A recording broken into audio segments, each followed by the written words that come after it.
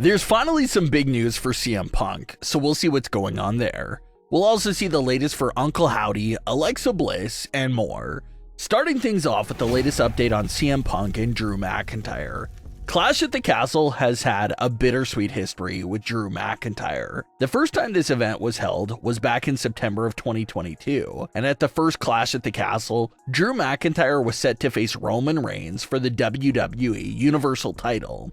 And considering that Roman was very deep into his title reign at the time, a lot of fans gave Drew McIntyre a pretty decent shot at dethroning Roman Reigns and having his big world title moment in front of Scotland. At that point, Drew McIntyre was a two-time WWE World Champion, but never held the title in front of actual live fans, since both of his title reigns happened during lockdowns.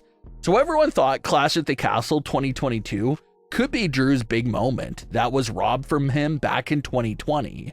But unfortunately for him, this night just so happened to be the debut of Solo Sikoa, and Solo assisted Roman Reigns in retaining the title, resulting in a heartbreaking homecoming for Drew McIntyre. Drew even said in a recent interview that the loss itself and singing with Tyson Fury after the match was the worst moment of his life. Well, fast forward to 2024, and WWE brings back the Clash at the Castle event for the second time ever, and coincidentally enough, Drew McIntyre found himself back in the main event of Clash at the Castle in a world title match, and fans figured that this had to be it. This had to be the moment that made up for the WrestleMania 36 and Clash at the Castle 22 for Drew McIntyre. But right as Drew McIntyre was moments away from dethroning Damian Priest, the referee goes down and they need a replacement referee to come in. Turns out that replacement referee was CM Punk, who did come out and count to 2, but refused to count to 3 because he obviously didn't want to see Drew McIntyre as world champion due to the rivalry going on between them. CM Punk stopped the count at 2, allows Damian Priest time to recover, and ends up pinning Drew McIntyre. It's a massive loss for Drew McIntyre because he now falls to 0 wins and 2 losses all time at Clash at the Castle events. 2 big world title main event losses at consecutive Scotland Premium Live events. And the very interesting thing about this is that this loss should do absolutely great wonders for Drew McIntyre's character arc and direction. After getting screwed by the Bloodline at the original Clash at the Castle, Drew McIntyre had such a hard time on moving on from what happened that night. That definitely played a role in his heel turn in 2023.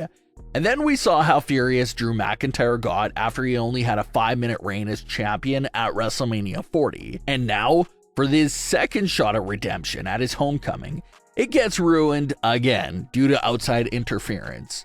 Had outside interference not been the thing in both Clash at the Castle matches, chances are that Drew McIntyre walks out of both of those matches as champion. So we can only imagine what kind of trajectory another loss in Scotland will do for Drew McIntyre's emotions. All that hate and anger will understandably be aimed towards CM Punk. CM Punk and Drew McIntyre have been feuding with each other technically since January. But since Punk hasn't been cleared this time, WWE has been finding different and unique ways to keep the story going without an actual match taking place. Some of these things include CM Punk robbing Drew McIntyre of the world title on 3 separate big occasions. Punk attacked Drew at WrestleMania 40, which led to the Damian Priest cash-in. Punk then attacked Drew again, just 1 night later during a #1 contenders match on the Raw after WrestleMania. And now CM Punk was the sole reason Drew McIntyre lost at Clash at the Castle. So their feud and storyline is getting really deep there, considering how many times CM Punk robbed Drew of the world title. CM Punk revealed on the Clash at the Castle press conference that he will be visiting his doctors in the coming days, with the intention of getting fully medically cleared to compete. So according to Punk, he has a shot at being cleared by literally this week. But reports claim that CM Punk could probably get cleared sometime in July, with his first big match being at SummerSlam with Drew McIntyre. It's going to be one of the biggest non-title feuds of the summer, with a lot of great backstory to it, and by that point, nearly 7 to 8 months of build-up. So Drew McIntyre versus CM Punk is something you could expect to see at SummerSlam, and a lot of fans will be hyped up for that one. Some more details have been coming out regarding the details of how Uncle Howdy's family will function and operate.